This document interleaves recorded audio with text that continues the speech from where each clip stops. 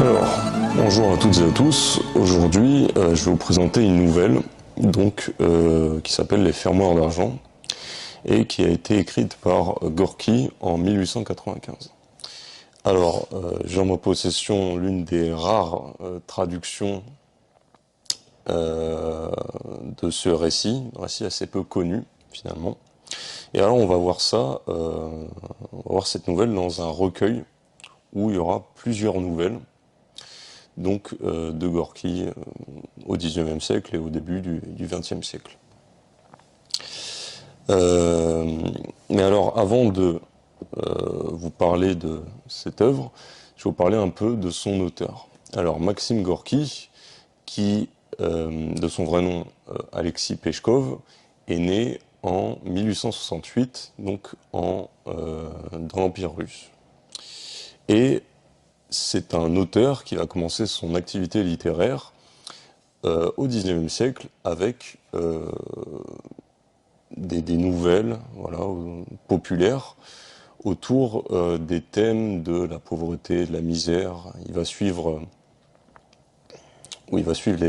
les histoires de Bossiac, donc Va-Nu-Pieds en français, et de leurs soucis quotidiens. Voilà, donc il va parler de tous ces thèmes-là. Et alors, pour résumer brièvement Les Fermoirs d'argent, c'est une histoire qui se déroule dans l'Empire russe, donc au XIXe siècle, dans une Russie pré-révolutionnaire, et qui va se centrer autour de trois bossiacs, luttant pour manger à leur faim dans des travaux ingrats, qui subissent un niveau de vie très bas. Vraiment, c'est la misère de la Russie du XIXe siècle, c'est la plus basse classe sociale. Donc, comme j'ai précisé, on a trois personnages. Donc, on a le narrateur, dont le nom et la caractéristique ne nous sont pas communiqués, donc on ne peut pas savoir. On a Syomka Kargouza et Mishka. Alors, Syomka joue le rôle d'un bossiac vulgaire, païen et voleur. Et Mishka, d'un autre côté, lui va jouer le caractère d'un grand homme barbu, un peu naïf sur les bords, et gentil, mais victime de la boisson également. Et alors, tous trois, ils vont garder un lien d'amitié très fort, sans doute renforcé par les épreuves communes de la vie, donc tout ce qui est la misère, voilà, on va le voir après. Et donc, on va avoir plusieurs thèmes, évidemment, dans cette œuvre. Donc on aura en même temps la bourgeoisie et la misère, mais aussi le monde ouvrier et la religion. Donc, quatre thèmes qui vont se confronter et se confronter avec différentes approches et différentes issues dont je vais m'abstenir de vous parler parce que je ne l'ai pas précisé, mais Les Fermoirs d'argent, c'est une nouvelle très courte, donc avec, je dirais, 10-15 minutes de temps de lecture, voire 20 minutes pour ceux qui veulent vraiment approfondir le texte. Et donc, évidemment, l'histoire, elle aussi, est courte. Donc, voilà pour les thèmes. Et ensuite, on aura un style d'écriture assez rural et familier, ce qui a donné un petit peu de cachet, et qui est le style par excellence d'écriture de l'auteur. On va aussi retrouver des mots et des expressions qu'on ne retrouve presque plus aujourd'hui, voire pas du tout. Avec en exclusivité des jurons du XIXe siècle qui vont donner une touche historique et aussi populaire à cette nouvelle. Alors, Je vais, je vais lire un extrait du texte, donc le début, en deux parties, donc en russe pour les russisants et ceux qui veulent apprendre la langue, et en français pour les francisants et ceux qui ne comprennent pas tout ou qui débutent le russe. C'est possible. Alors, donc la nouvelle s'appelle en russe Дело с застежками. Нас было трое приятелей. Семка Каргоза, я и Мишка. Бородатый гигант с большими синими глазами, вечно ласково улыбавшимися всему и вечно опухшими от пьянства. Мы обитали в поле, за городом, в старом полуразрушенном здании, почему-то называвшемся стеклянным заводом. Может быть, потому что в его окнах не было ни одного целого стекла. Мы брали разные работы. Чистили дворы, рыли канавы, погреба, помойные ямы, разбирали старые здания и заборы, и однажды даже попробовали построить курятник. Но это нам не удалось. Семка, всегда относившийся педантически честно к взятым на себя обязанностям, усомнился в нашем знакомстве с архитектурой курятников. И однажды в полдень, когда мы отдыхали, взял да и снес в кабак выдание нам гвозди, две новые доски и топор работодателя. За это нас прогнали с работы. Но так как звать с нас было ничего, к нам не предъявили никаких претензий. Мы перебивались с хлеба на воду, и все трое ощущали вполне естественное и законное в таком положении недовольство нашей судьбой. Иногда она принимала острую форму, вызывавшую в нас враждебное чувство ко всему окружающему и увлекавшие на подвиги довольно быстрые и предусмотренные уложением о наказаниях, налагаемых мировыми судьями. Но вообще мы были меланхолично тупы.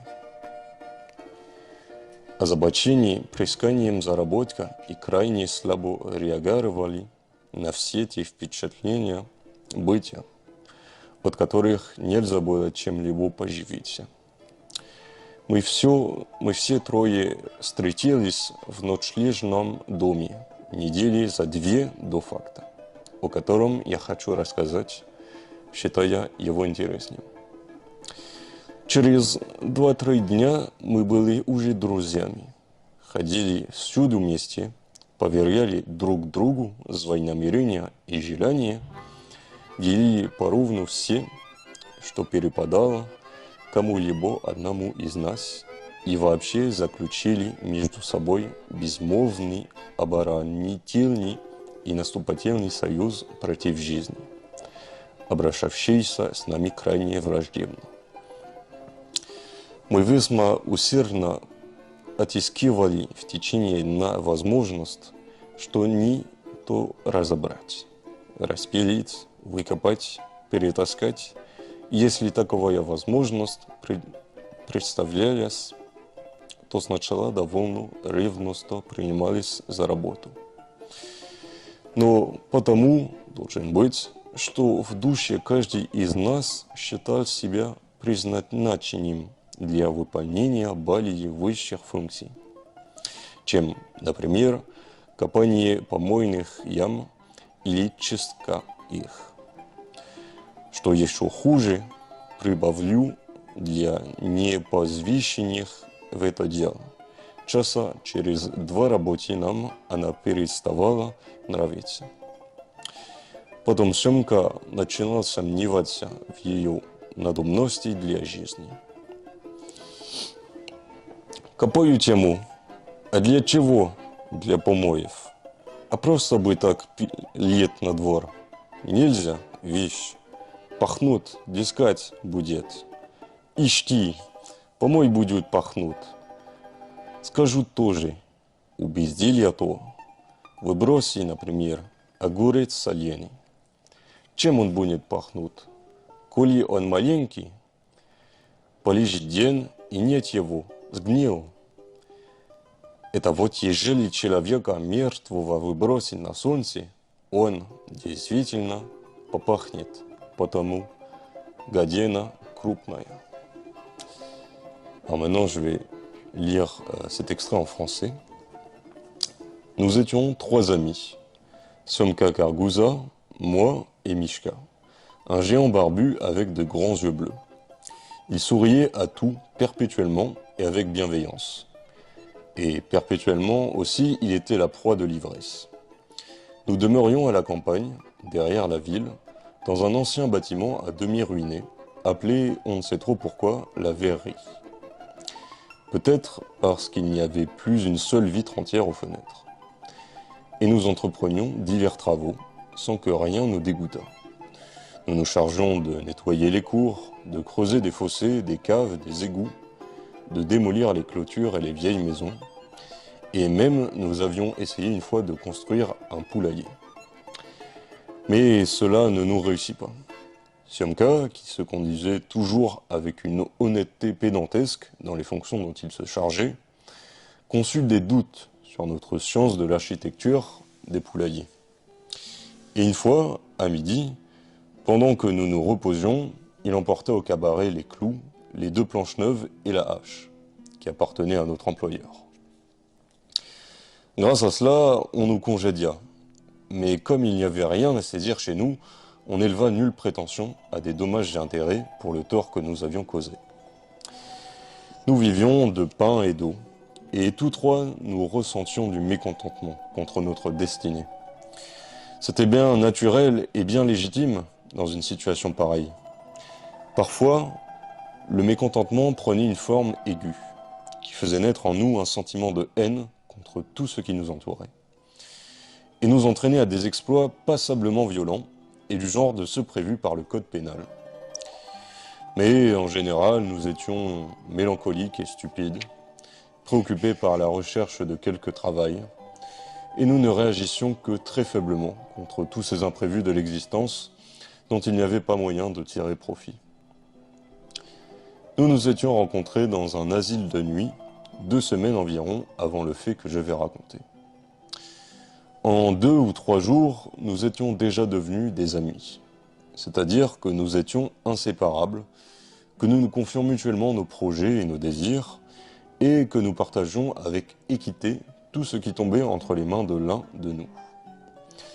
D'une manière générale, nous avions conclu, à nous trois, une alliance tacite, offensive et défensive contre la vie, qui se conduisait envers nous avec tant d'animosité. Toute la journée, nous appliquions nos plus grands efforts à chercher quelques occasions de démolir, traîner, scier ou creuser quelque chose.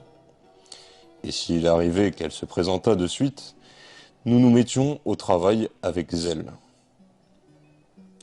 Mais parce que chacun de nous peut-être pesait en son âme qu'il était destiné à des fonctions plus élevées que de creuser une fosse pour les eaux sales ou de la nettoyer, ce qui est encore pire, à peine avions-nous commencé le travail en question depuis 2 heures qu'il cessait de nous plaire. Alors Siomka se mettait à douter qu'il fût si nécessaire à notre existence. On creuse une fosse, et pourquoi? Pour les eaux sales? Et si on les versait tout bonnement dans la cour? Non, ce n'est pas possible, dis-tu. Cela sentirait mauvais. Vois-tu ça? Les eaux sales sentent mauvais. On dit la même chose d'une bagatelle. Jette, par exemple, un concombre salé. Est-ce qu'il sentira s'il est petit? Il restera là un jour et il disparaîtra, pourri. Mais si on jette un cadavre au soleil, alors vraiment, il commencera à puer, parce que ce n'est qu'un gros tas de vermine. Voilà pour le texte. Alors, malgré la difficulté du texte, étant donné qu'il a été écrit au XIXe siècle, il y a quand même des mots transparents donc dans l'extrait que je vous ai présenté, qui ne sont pas des faux amis, qui veulent dire la même chose, aussi bien en français qu'en russe. Alors, parmi eux, on aura gigant, pedanticheski, pédantesque, architecturoi, pретензий, форму, меланхолично, реагировали et функции. Et on aura aussi, bon, et ce dans plusieurs, dans plusieurs passages, on aura aussi des pertes au niveau de la traduction, mais qui dans l'ensemble n'affectent que très peu le style et qui sont là pour alléger des passages. Alors on aura Zvial Da'i qui veut dire soudainement, donc, mais qui n'a pas été retenu dans la traduction. On aura aussi Уложением о наказаниях, налагаемых мировыми судьями, qui est une grande phrase qui a été traduite par code pénal, ce qui est juste, mais qui veut dire autre chose en français. Et on aura enfin Считая его интересным, donc qui n'a pas été retenu, mais pour des raisons peut-être d'alléger les phrases. Mais vous voyez que il n'y a que trois passages où il y a plusieurs pertes, ce qui démontre une assez grande fidélité au texte, donc de la traduction. Et comme je vous ai dit précédemment, il y aura aussi des expressions qui sont rarement utilisées aujourd'hui, on peut dire. On aura d'abord ночлежном доме, donc qui est encore utilisé aujourd'hui, mais je trouvais intéressant vis-à-vis du texte. Ночлежном доме, c'est concrètement un asile de nuit, voilà, en traduction littérale, et c'est là où où s'abritaient les sans-abri au XIXe siècle dans l'Empire russe. On aura aussi Ishti, donc avec plusieurs variantes, on peut dire Urti aussi, qui est une exclamation populaire qu'on trouve encore aujourd'hui. Et enfin, on aura Gadina Krupnaya, qui est l'avant-dernier mot de l'extrait. Donc, concrètement, ça veut dire, là, ça a été traduit par gros tas de vermine, mais on peut traduire ça par pourriture aussi. Donc, c'est des mots qui qualifient quelque chose de dégoûtant. Et c'est absolument la définition de ce mot. Donc, Gadina, c'est quelque chose qui exprime le dégoût. Voilà, donc pour ceux qui seraient intéressés par ce livre que je conseille beaucoup, voilà, donc c'est quatre nouvelles. Donc Les Fermoirs d'argent, c'est la plus courte de ces 4 nouvelles. Et comme je l'ai dit avant, c'était les nouvelles autour de la pauvreté, de la misère. Donc pour voir à peu près les récits d'un autre monde, d'une autre époque. Si vous êtes intéressé par tous ces thèmes-là, vous pourrez les voir donc, sur ce livre qui s'appelle Однажды осенью и другие рассказы, une fois en automne et autres nouvelles, aux éditions Macha, voilà, pour moins de 10 €, c'est pas mal, c'est en bilingue. Et donc ça c'est pour la version papier. Pour la version vidéo, malheureusement, il n'y aura pas trop d'exemplaires en vente et de films à regarder. Alors à part si vous arpentez les festivals soviétiques, peut-être que vous pourrez tomber sur une édition, non pas une édition, mais plus un film. Une adaptation, exactement.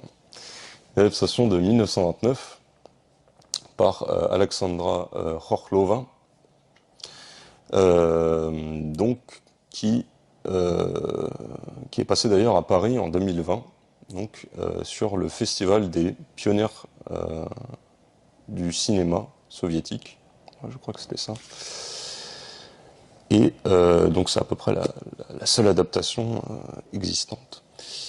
Alors merci à tous de m'avoir écouté et je vous conseille de regarder les autres épisodes de cette série de présentation des œuvres en russe réalisée par mes camarades.